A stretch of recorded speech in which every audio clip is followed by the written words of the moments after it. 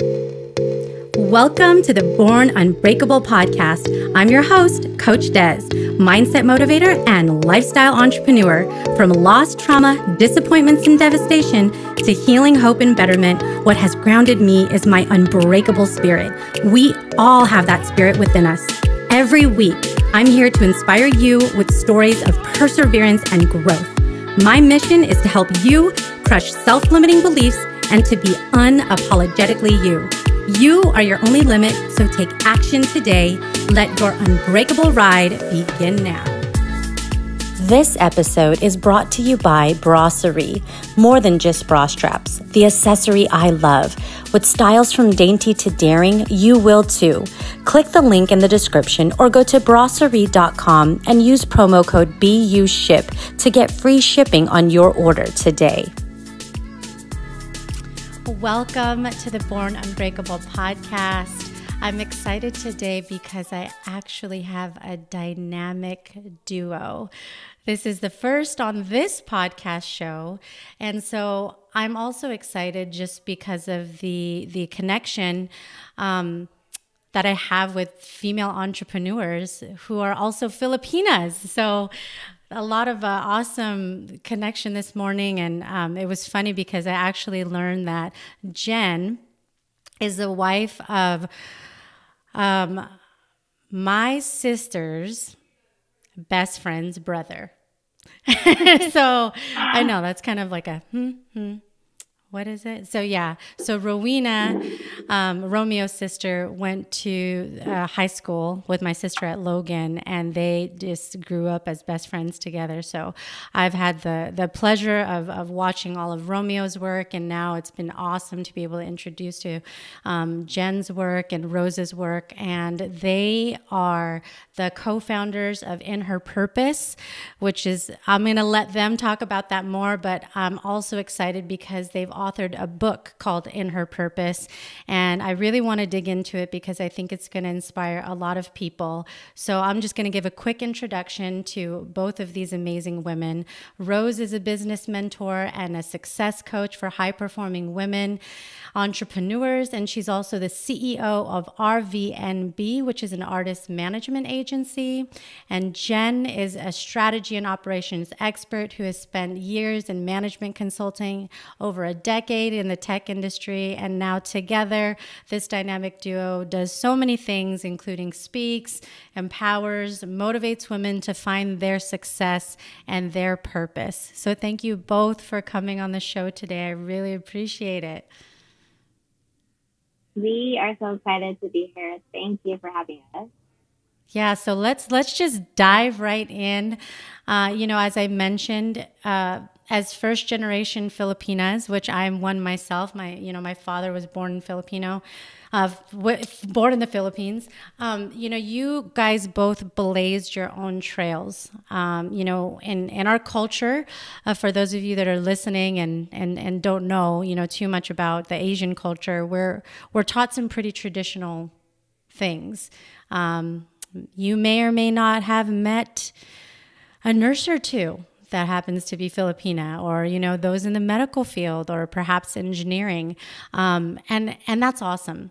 I'm a big advocate for that path as well. There's a lot of success that comes of that, but it's a very traditional path, right? That we were taught, and both of you did something a little bit different than that. And I think many folks who decide to go down a different route, question, are kind of living up to the honor of tradition and the things that we're taught, or maybe deviating and taking a leap of faith to do something different. So I would love for both of you to share your personal story a little bit more. How did you go about your journey, and what was that like for the reaction even too of your families? I'm waiting to see if Jen's going to go first. I was like, do you want me to go first? Yes, you go first, Jenn. Okay. So I grew up in a very traditional Filipino family. My mom is a nurse. And my dad was in the military. He was in the U.S. Army. So very safe, very stable paths and jobs. And so, of course, that's all I really saw growing up. I grew up in a really super Filipino town in Southern California. Most of my friends and classmates, their moms were nurses, and a lot of their dads were in the military. So I just thought that was normal. My dad was in the military too. Yeah. U.S. Army. Yeah. So I thought that was completely normal. I knew a lot of nurses and military folks. My mom and dad always encouraged my sister and I to enter the medical field. Pretty much almost everyone in our family is in the medical field, even the generation growing up with us and younger. Their parents are still encouraging them to go into the medical field. Rose and I were cousins, and we obviously gravitated towards each other because we are two of the few that decided to not take that path. And it is a very lonely path, I will say, because there's not a lot of people in our family that we relate to or talk to. And even when I was going to college, my mom and dad told me to apply as a biology major and wanted me to become a doctor or a nurse. And even till the day that I had to send my statement of intent, my mom and dad thought like, okay, you're going to go and do bio and become a doctor. And when I told them, no, actually, I'm going to go to Berkeley and I'm going to make up my own major. And they were just kind of like, what in the world is happening? You know, like I went to private all-girls school. I was going to Berkeley, and it was super liberal. My mom was so nervous on when she dropped me off in the dorm. She's like, is it safe here? You know, there's so many homeless people. There's boys in your bathroom in the dorms, and it smells like marijuana. You know? No. When we were walking down Telegraph, and I pretty much laughed because I'm like, how do you know what that smells like? You know? That's so funny. But it was hard, you know, like my mom and dad really were not supportive of me picking something out on my own. Like they really thought that I was still going to continue. But the beauty about being an American and being an adult at 18 is that your parents don't really have to know anything that you do. Exactly. So, you know, my mom dropped me off at college, and you know, I never moved back ever since then. And I pretty much changed my major and applied for internships and roles that were in the corporate world, which is what I wanted to do. But still kind of health related, right? I had an internship at Allergan, which is the company that makes Botox cosmetic. And then I had another internship at a health consulting company. And so in their mind, they're like, okay, you're still kind of in the medical field, but hanging not really. On, Jen. Yeah. Hanging on to that hope. Not really. And, you know, when I graduated and, you know, they tell you like what the degree is. And my mom and dad were like, what is this? Like, I don't understand like what the degree is. And even till this day, my dad will make up like, oh, she's a business major or whatever. And I'm like, no, Dad, I made up my own, you know? But it's something that they don't completely understand. And, you know, even after I graduated and I started to make money, they were worried. They basically kept saying, you're going to get laid off. What are you going to do? And of course, I got laid off a couple times. I was like, oh my God, crap. my mom and dad were right. Like, what am I going to do? But in my mind, like, I still did what they asked me to do, right? I went to college. I got a degree. I got a job. It just doesn't happen to be in the exact field that they wanted it to be. And now they don't really worry about me. They don't bother me about it. And it's because I don't think they understand fully what I do, and what working from home means.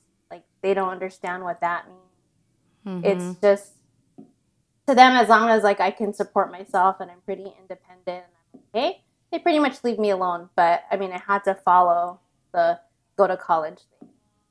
Yeah. So absolutely. It was hard. It was really hard to disappoint them, but I'm the one who has to do this every day, right? And so right. the thought of wiping people's butt and all that just did not appeal to me. Not so much, no. And I think for those who are listening can relate to this path that we go down, and there's a fork in the road where you can choose to do what you want, and in the process that may mean disappointing people that you love, and then they get over it, right? I mean, at some point, and obviously your parents, I'm sure, are very proud of who you are and what you do today, even though they don't fully understand it. So I totally get that. And I started out as a bio major too. Yeah. That changed. I didn't graduate that way, but it's a journey, right? It's a journey. Rose, what about you? So my story is a little different. My parents actually let me do whatever it was that I wanted to do. They were open to whatever made me happy. The only thing I needed to do was go to college, find a corporate job, get married, have kids, then live off my 401k. They didn't care what I did. Yeah. Didn't care what I did, as long as it was that path. They would be so proud if I went into the medical field, but I didn't. So that left me with an open canvas, right? The only problem was I didn't have the resources or the correct leader, or maybe like a mentor on where or what it was that I wanted to do. So now I could do anything I wanted, but what was that? So I'm so grateful for my parents. They let me follow whatever it was that I wanted to do, but they didn't have the resources, or they didn't know the right people, or they didn't have the right funds to get me into specific organizations, or, just meet the right people. So what I did was I ended up going to college. And when I went to college, I tried everything. I was in college for 5 years or something. maybe 5.5. The forever student. Yeah. Doesn't the military cut you off after a certain time period? Yes, they do. They do. And then if you make money, if you make I don't know, $600 a month more, they'll cut you off. I know. The day I graduated, they're like, "Give me your ID." Yeah. Bye. Yes, they confiscated my ID. Wow. My military ID. So what I did was I tried everything, but because I had that mindset where I had to find a stable corporate job, I didn't really fully go my full potential. What I did was I started getting into credit cards, because in college, that's what they do. They reel you in with Skittles, candy, T-shirts, free whatever, and then they give you credit cards that I had no idea what was about. But what they did tell me was I can swipe and I could buy whatever I wanted and pay it back later. So I did that.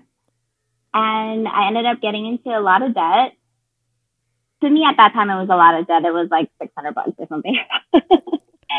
But when my mom found the bill, my mom was so mad. She was so worried, and she was like, "I'm not going to pay for this." And she put her foot down. I was like, damn, I need to do something. So I took what I love to do, dancing, I went to the local park and I asked them if I could teach dancing to the local neighborhood kids. Charged like $20 for like 6 weeks or something like that. And I did, and it happened. And I did it for a long time. I think I did it for like throughout my whole college career. But I didn't know that was me being an entrepreneur, right? Like you're just doing something because you need extra money. But that's just being an entrepreneur. That's having the entrepreneur spirit. And I didn't know that's what I had. So I left it, and then I graduated college, went into corporate, found a boyfriend, got the kids, built my 401k, and then I found myself so bored, tired, incomplete, all of that stuff. And so that's not the recipe for happiness? Is that what you're saying? You don't do all that and everything is like perfect? No, not for me, at least. So I was angry. I was angry. I was sad. I was praying all the time. What am I supposed to be doing with my life? There has to be more. I can't keep waiting for Saturday. I can't keep waiting for Sundays. And that's how we ended up here. We decided to write the book, and next thing you know, here we are. That's incredible. Yeah. You know, I mean, I'm listening to your story going, oh my gosh, how many people can relate right now? You know, because I don't think credit cards are allowed anymore at schools. I don't think so. That's a good thing. That's a good thing. It's such a crime. Yeah. It's such a crime, right? You know, the funny thing is that outside of the classroom, it's provided to you. But inside of the classroom, you're not taught how to manage that, right? So there's such a disconnect in that education, because I think it's more of the street education that you learn, unless you've got, you know, some sort of CPAs, financial advisors, and in your family that tell you like, hey, manage your money like this, you know. Yeah. We didn't have any of that. No, but I remember, so my brother is 7 years younger than me. He ended up going to Cal State Long Beach too. And that was the first thing I told him: do not go down the credit card aisle. Don't do it. Don't do it. And he listened to me. No debt, that kid. Well, he's not a kid anymore, but he had no debt. And now he gets to do what he wants to do. Yeah. And so, okay, so then here you guys are, you come together. And tell me more about how you started writing this book together and her purpose, because you're telling there's stories of 40 women, right, that have done similar to what you've done, blazed your own trails. And you know, this might be a little much to say, but I'm going to say it anyways. I think this is a paradigm shift. I think it's a paradigm shift because, you know, we're talking about breaking down traditional thinking that, again, you know, you do what you have with the information that you're taught. And our parents coming from other country did that. They used the information they had to teach their kids the best that they could. And now we have new information to be able to do something a little bit different. So talk about the book a little bit more. Yeah. So for myself, you know, as I mentioned earlier, I spent pretty much almost all of my career in the corporate world, and which is a lot of males, right? And I ended up moving into the tech sector, which is even more males. And let's not even talk about being Filipino in the corporate tech world, right? So it was really lonely. You know, I never really rarely did I see anyone that looked like me, especially a woman or a person of color. When I ended up switching over to the engineering world, I saw a lot of Filipino people. And I said, oh, this is where my peeps are. But it was all guys, right? Like all male engineers. And so it was pretty lonely. Like I couldn't, I had a hard time finding a mentor and finding a woman and a person that I could relate to that could mentor me. And so I kind of started to get discouraged and thought that I'll never get there. I'll never move up. I'll never have a seat at the table because I look too young or I don't have anything to say. Or sometimes people thinking like I'm the intern or something like that, right? So it was really lonely. And that's when I had reached out to Rose. I basically said, hey, you're a vice president. Do you have any friends or colleagues that want to mentor me?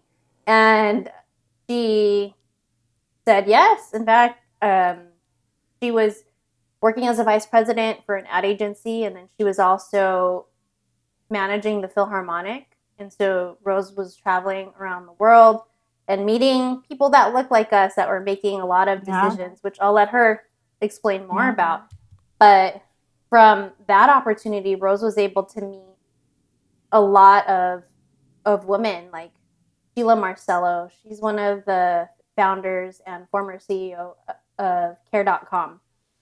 And she wrote a note to Sheila and said, hey, you know, this is Jen. You know, she'd love to meet you. And she pretty much connected us. And next thing you know, I was sitting at Starbucks in Palo Alto with Sheila. And she sat there with me, never met me. And we were able to have a really great conversation about my career, my goals, skill set, and even gave me a list of people to talk with and network with. And I really appreciated that, especially the fact that she'd never met me. And to just see somebody who looked like me at that level and be open to mentoring someone like me, I thought that was awesome. And so I was craving for more. I'm like, where can we find these people? And I mean, I'll let Rose tell you about that, but that was really selfishly like what I was going through during the time. Yeah. Yeah. Wow. So part of my journey of feeling stuck and incomplete, I started doing side businesses and opening more side businesses and helping other people open side businesses or open their own businesses. But my brother, who I was talking about earlier, he is a musician. And when he decided to be part of a band, I took them under my wing and I ended up managing them because of all of the stuff that I learned as a vice president in the agencies that I worked for. So we would travel and tour, and these women that I would meet, they were so amazing. They were CEOs, CFOs. They were working for large corporations, working for their own corporations, and they were decision makers. And the best thing of it is that they looked like us, right? So I was like, wait, who are these women? And how can I know more about them? And where can I find them?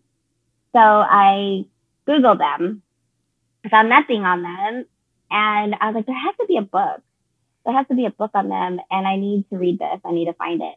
So I went on to Amazon and I typed in successful Asian women.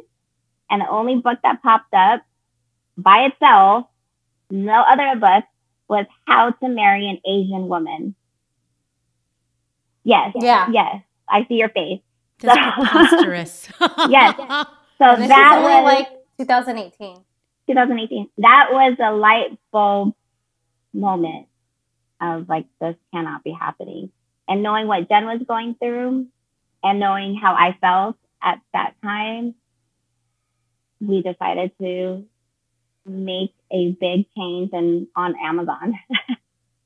That is a big change, you know, because I remember looking at books about Asian women. It wasn't the topic that you guys are addressing, you know. Yeah. It was surviving war. It was, you know, other really amazing things that Asian women have gone through, but it wasn't about being an entrepreneur, you know, starting your own business, breaking the glass ceiling or anything like that. Yeah. So how did you approach these women to be a part of this process with you?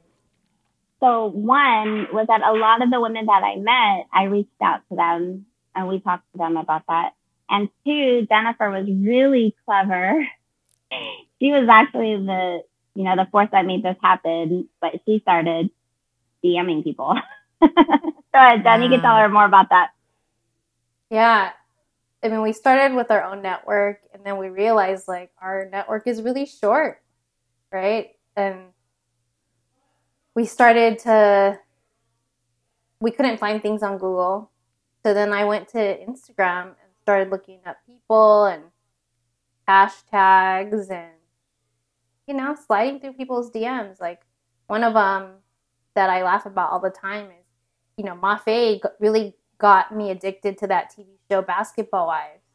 And so I was watching one of the seasons and I saw one Filipino woman on Basketball Wives, and she happened to be Filipino, right? So I was like, oh, wow, there's a Filipino on Basketball Wives. And then I got just so angry about how they treated her. They would bully her and, talk crap about where she went to college, or where she went to nursing school. And I'm thinking to myself, at least she went to college and she's starting her own business using her own money. You know what I mean? So of course I was like a fan, and I started following her, and then I realized she was about to marry like one of my favorite basketball squad. Like she was gonna marry a former Laker legend coach, and I was like, you know what? I'm just gonna message her and let's just see what happens. And she doesn't have to respond to me. I'm sure she got a lot, but she responded. She actually wrote back, and she ended up being a part of the book. And even after that, like we've just been working with her and her husband Byron, and they've just been really supportive of like everything that we've been doing, and really supportive of the Filipino community. And that was just from me watching TV and lighting food. Okay, we need to just take a moment. We need to take a moment right now. Okay. Talk about sliding in a DM and getting this much from it. I mean, I think one of the things that I appreciate about that story is there's so many moments, Jen, that people have, like what you just described, and people stop short of sending that email, sending that instant message because of exactly what you said. Yeah. No one's going to respond to me. No one's going to care about what I'm doing. And the thing that I would encourage someone to ask themselves, if you're in that position right now and you're waiting for that moment, or you've held yourself there, is it doesn't matter what happens, right? It's like you'll never know until you try, because the worst that could happen, like you said, is someone doesn't respond. It's not going to hurt anything, And so now you've got two great resources, from this. They've been a part of your project. And besides that, they're ongoing supporters of what you're doing, which is so incredible. Yeah. So now people are like, okay, there's this book. I need it in my life. Obviously, they can buy it on Amazon. Is that the best place that you would say that people can go and buy the book?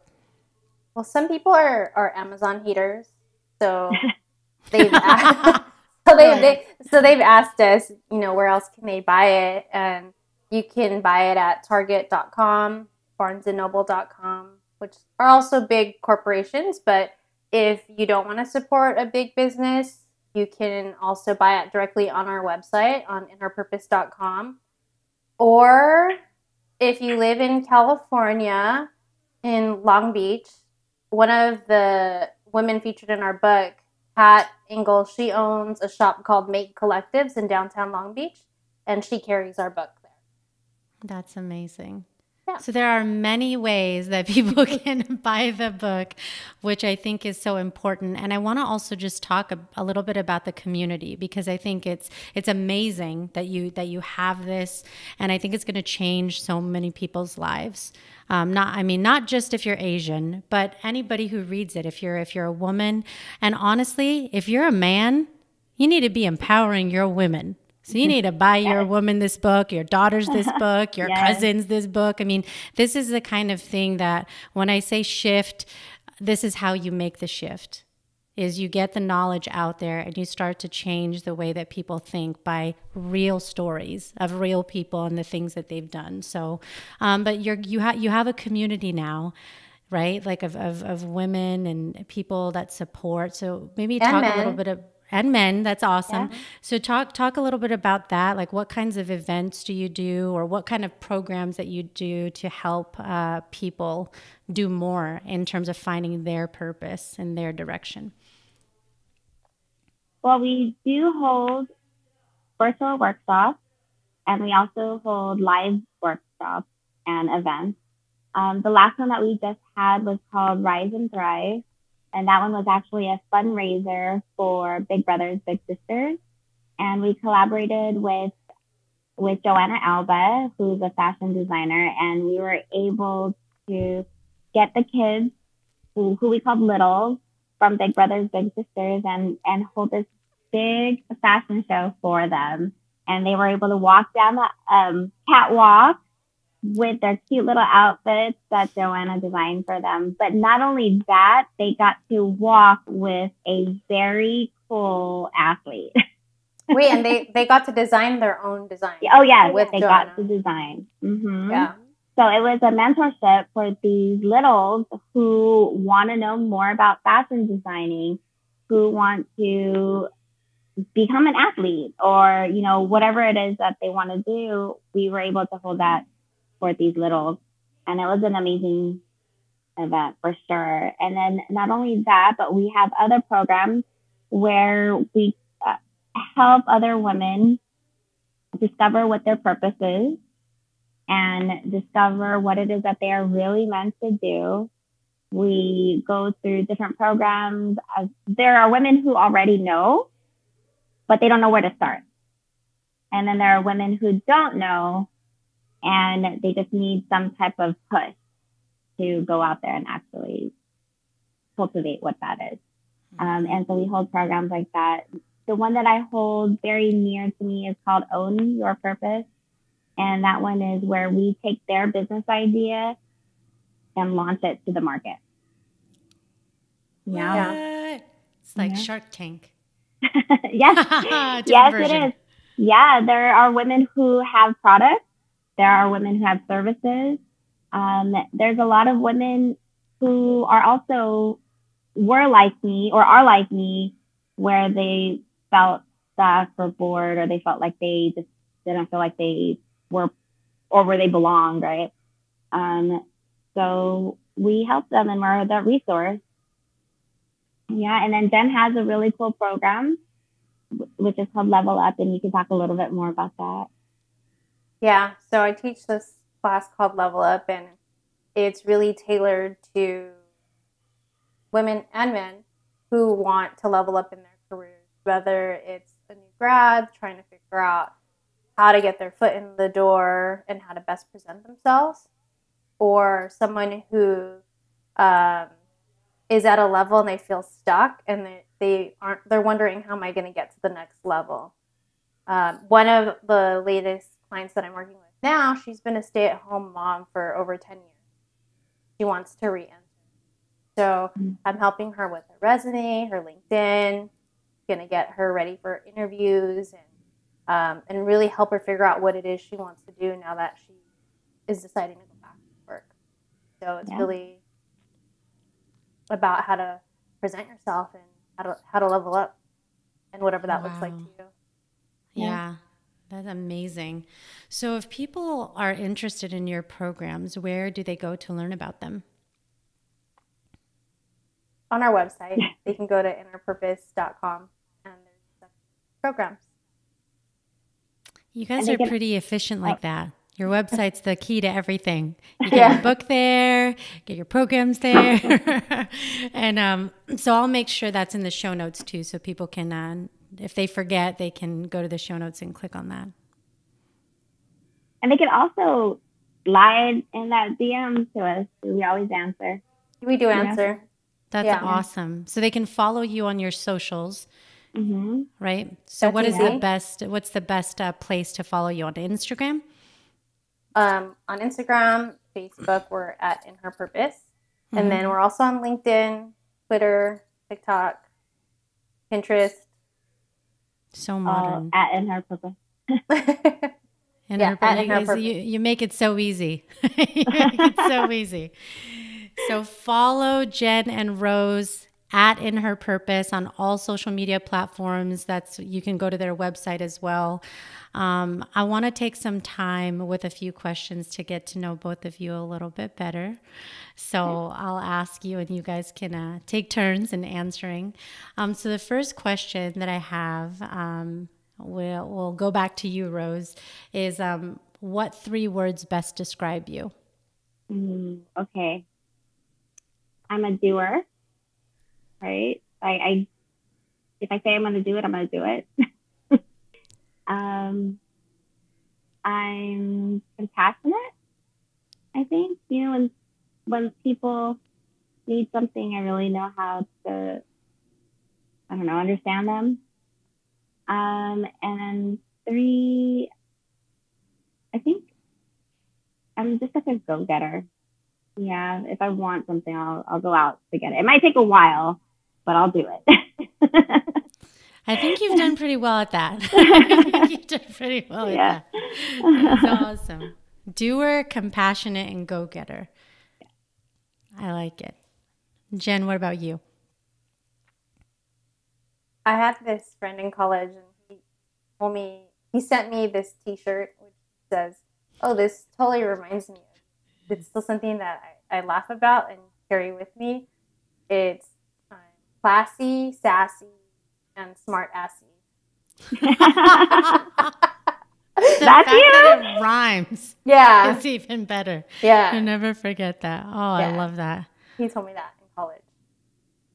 Yeah. And there's something about it that's validating when you hear it from someone else, right? Oh, yeah. I laughed so hard when he told me. I was like, oh, is that good or bad?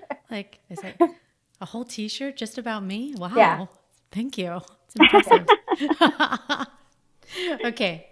My next question for you is, what's something about yourself that you're working on improving? Sunny. I can improve more on being on time. You're a military kid. You should be on time. Yes.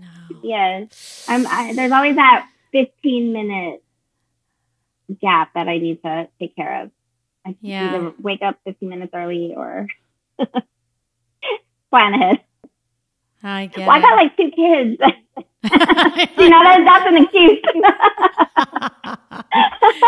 You suffer from being late syndrome. Oh, man. Yeah. I bet everyone is raising their hand with you on that one. I'm on Filipino time. Right. Like, forgive us. We are colored. Oh, man. Oh, Jenn, what are you working on improving? Right now, it's really being grateful and appreciating what I have. I realize that I'm super blessed and lucky, and there's days where I complain about how I hate my job or how miserable I am. When I think about it, I take a step outside of myself, how amazing my life really is, how anyone would love to have my worst day. Really just being present about and grateful for the things that I have. Yeah. It's amazing how being in a space of gratitude can change everything. Mm-hmm. That's one thing that if there's something that you can incorporate into your day, even just 10 minutes or less, writing it down, is a healthy way to get that out there. And I've had a few friends say that they even, to hold themselves accountable, they'll send each other a grateful. They'll just a quick text, like, hey, today I'm grateful for, my kids or, my family or whatever it is. Or even just like, I exercised today, or just like anything. It doesn't have to be like the biggest thing, but I think sometimes we take for granted the smaller things. Right. We have to appreciate that. So oh man, I'm really glad you mentioned that. That's really great. Okay. So my next question for you, I really love this one, is what's a self-limiting belief that you've had to overcome? Mine has to be, who will listen to me? Like, I'm not enough.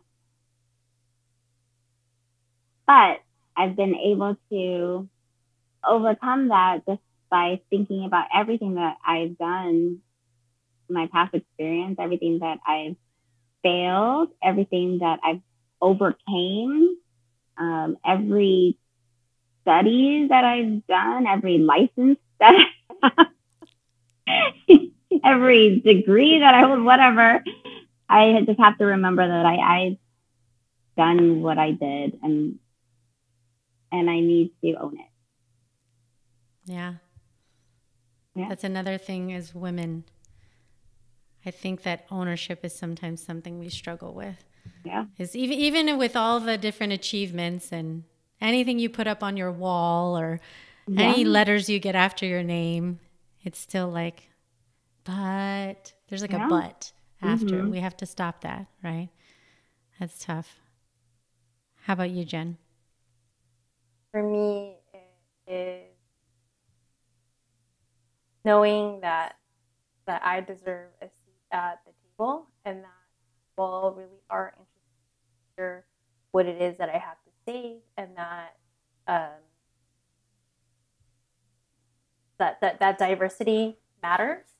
And back then I didn't really see that as something that was valued at corporations, but I'm seeing it really shift now. A lot of companies are forming diversity and inclusion organizations and really focus on trying to maintain and to have like good retention of employees that they want to keep, right?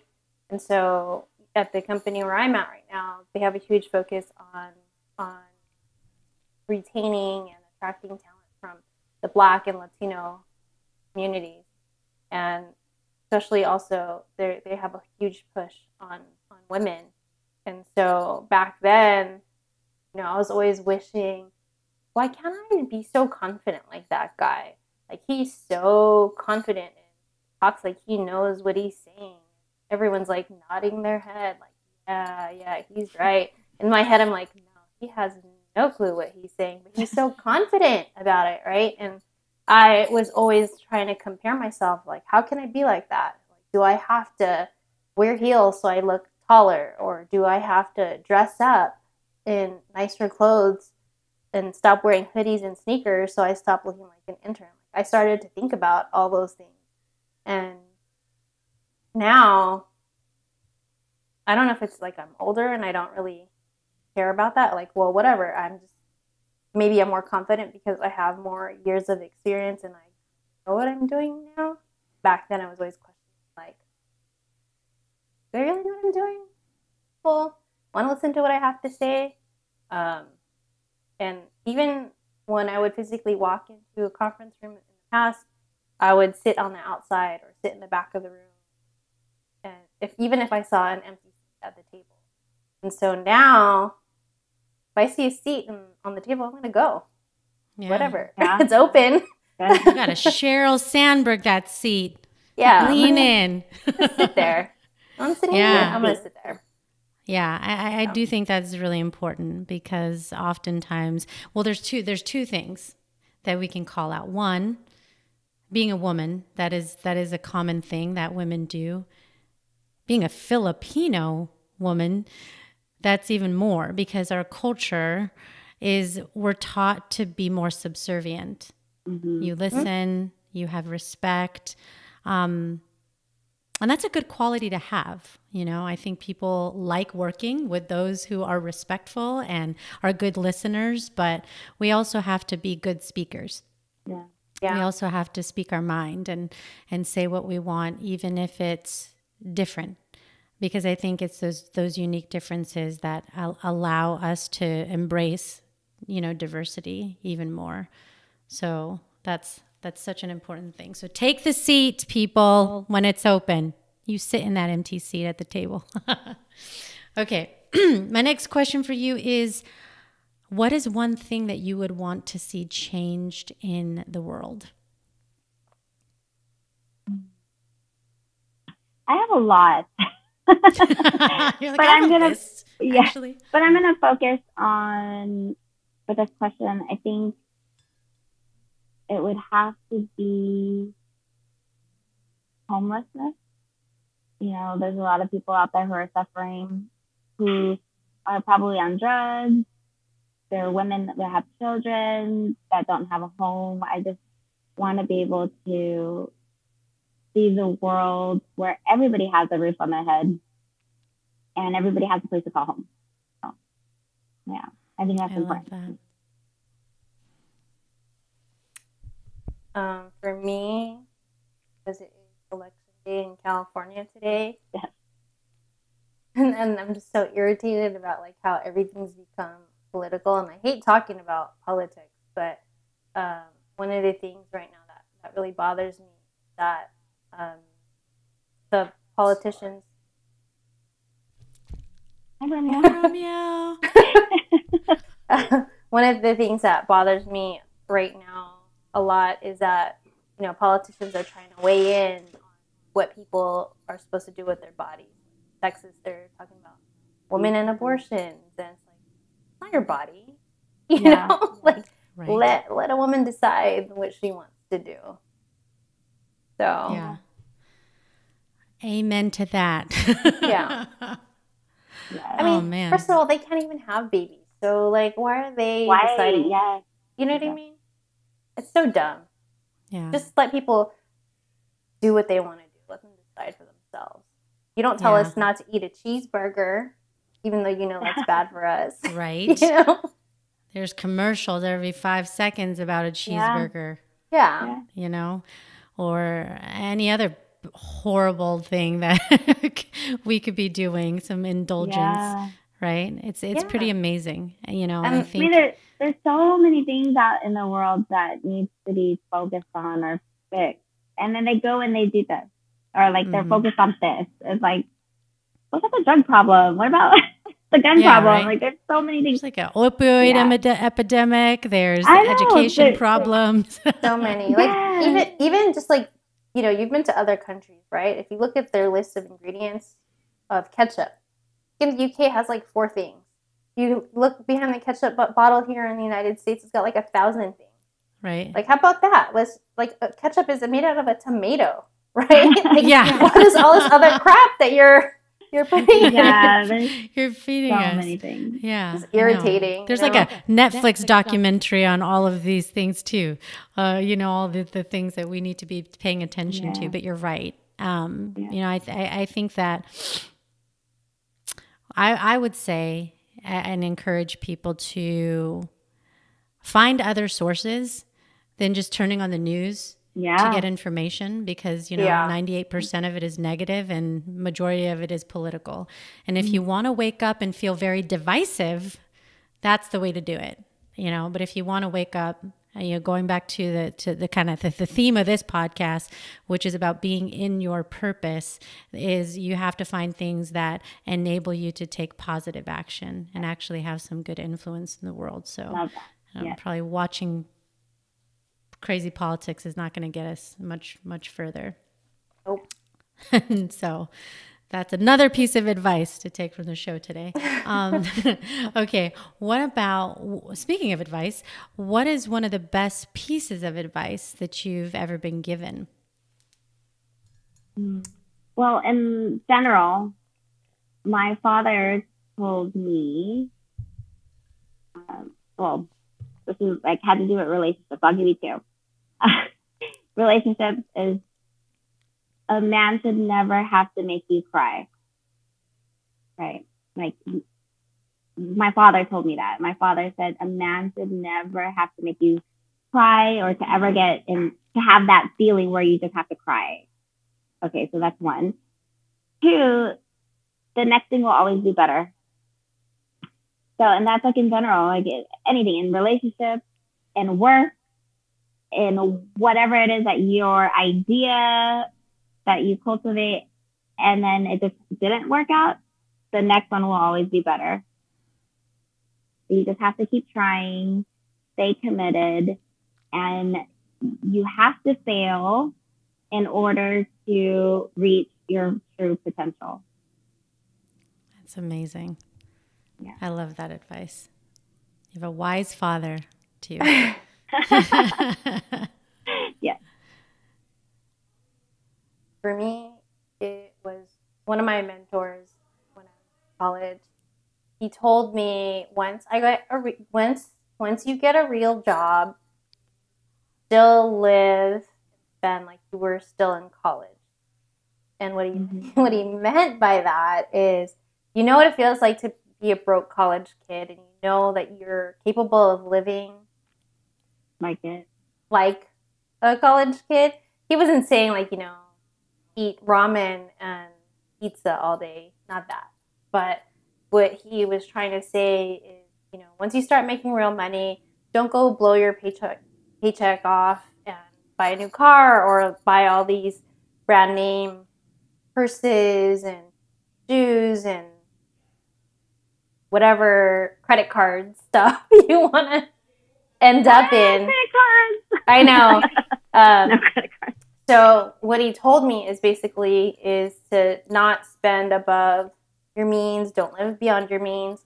But what was equally important is that you pay yourself first.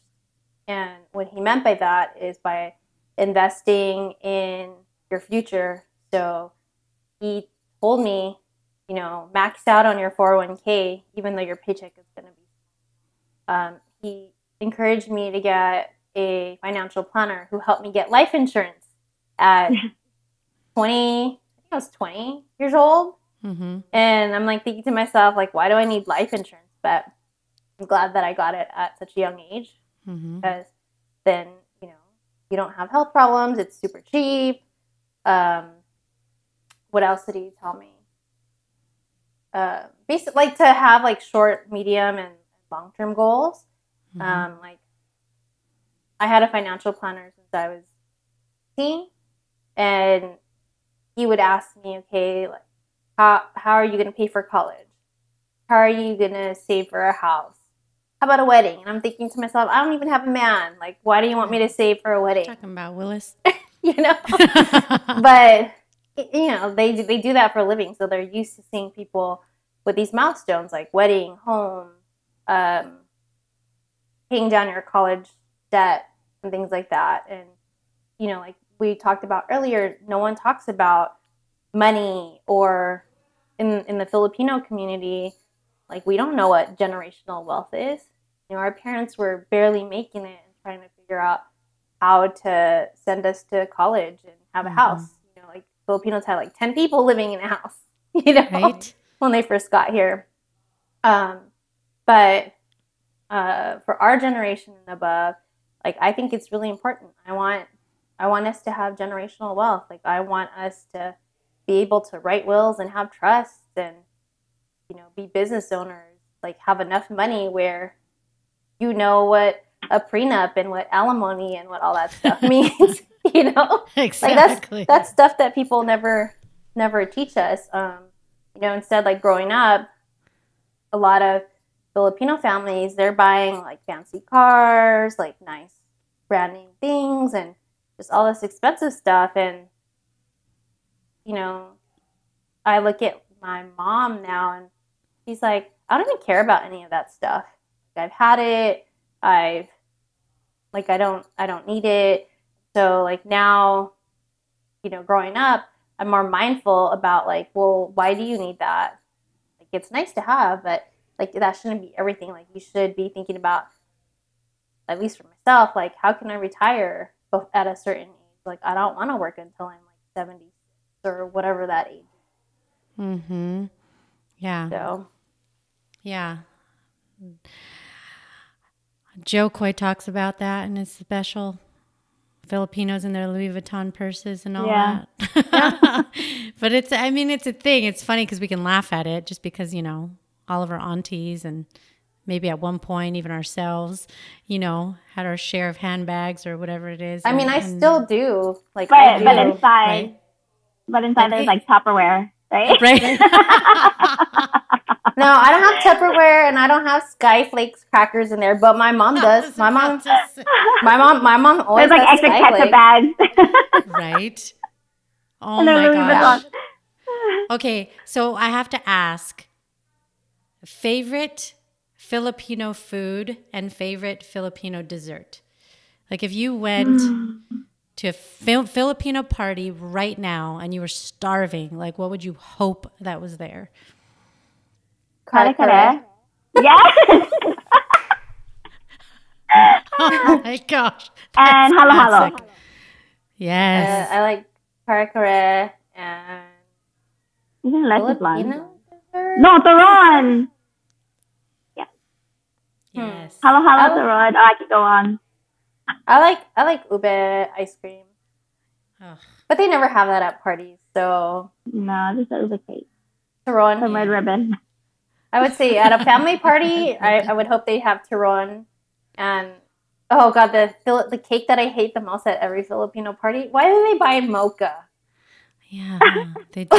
The mocha roll kind of thing. Like out of all the flavors of Why cake the roll? you can buy, like don't buy mocha, buy mango cake or something. Girl.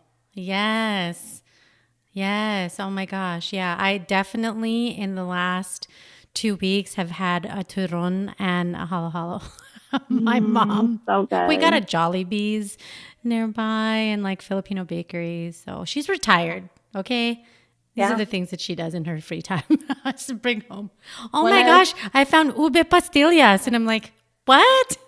Well, one of the gals in our book, Ginger, she has a cafe there in Vegas. It's called Cafe 86. And they have ube everything. They have ube crinkles. They have ube truffles, ube cheesecake. What else do they have? They have boba there. They have so many desserts. My ube everything. I'm going to need a... I like the truffle. She's like, okay, guys, we're done. Yeah. I'm like, I need a new trainer, a new exercise plan. It's like too much Filipino food and desserts are happening. Oh, man. But it's, I'm just so grateful to both of you for this conversation because I think it's, there's so much to celebrate about the richness of our culture. I know that both of you are just as proud as I am to come from a culture that is of really hardworking, most loving, karaoke singing, just amazing, amazing families. And embracing that, but also just the things that we have to change as well in the way that we're taught and the way that we, move on to the next generations. Because I think the beauty of it is that we can have all of that, right? Yeah. We can embrace where we come from, but we can also embrace things like entrepreneurship. And I'm just excited for, what's to come, especially with the work that you both are doing.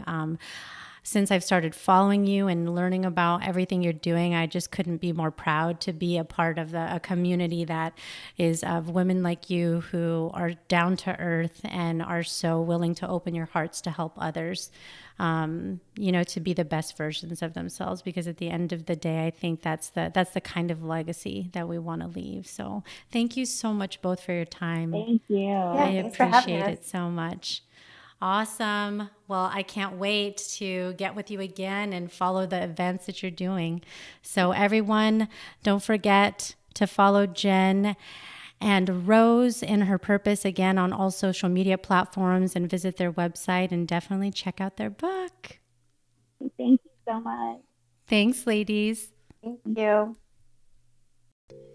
Jenn and Rose, the co-founders of In Her Purpose. They are a really inspiring duo. Two cousins who came together to create not just a community, but a legacy. They brought together 40 women in their book, In Her Purpose, that have stories of the journeys through entrepreneurship, leadership, and being fierce women, Asian women, which I'm really proud of because, as I mentioned, throughout the episode and having the conversation with Jenn and Rose, there are some things in our culture that we're taught that we're having to change in our generation. And we're not alone. Whatever history, culture, ancestry that you came from, I am sure that you can relate to the things that make it so beautiful. We're in a world, though, where we're evolving quickly in so many ways, economically, socially, technology-wise, and with that comes the necessity for us to change and innovate and cultivate new ways of doing things. So sometimes that tests tradition and it tests the things that we're taught. And so we have to create this friction in order for something better to be born. So we can embrace and sustain a lot of the wonderful traditions that we have while also being innovative, creative beings. And I would challenge you to serve the next generation in that way. So if you are an influencer in any way of a young person's life, whether it is you as a parent, or it's you as an aunt or uncle, or as a mentor or a coach, have these fascinating conversations and don't suppress, but promote the creativity of these young people. They are giving us ideas, new ideas all the time of better ways that we can do things. And that is the attitude that we have to embrace change constantly. I know it's easy to resist because change is difficult and challenging, but it is the way that we're going to continue to make the future better. So I hope that you learned so much from the interview today, both a little bit more about our culture. I haven't spent, too much time on the show talking about that. You've heard little snippets, and now today you've gotten a little bit bigger of a dose of that. And also just, leaning into your purpose. I really feel like that was the theme of this episode is, what is your purpose? Ask yourself that today. What are you here on this earth to do? When you wake up in the morning, what is the thing that drives you? When it is your day to pass, what is it that you want to be remembered for? Think about that today and lean into it. Follow Rose and Jenn at In Her Purpose on all media, social media platforms, like I mentioned, and also tune in again next week because Born Unbreakable is here to give you a dose of inspiration every single week. You are your only limit, so take action today. Thanks for listening, and I'll see you again next time. Take care.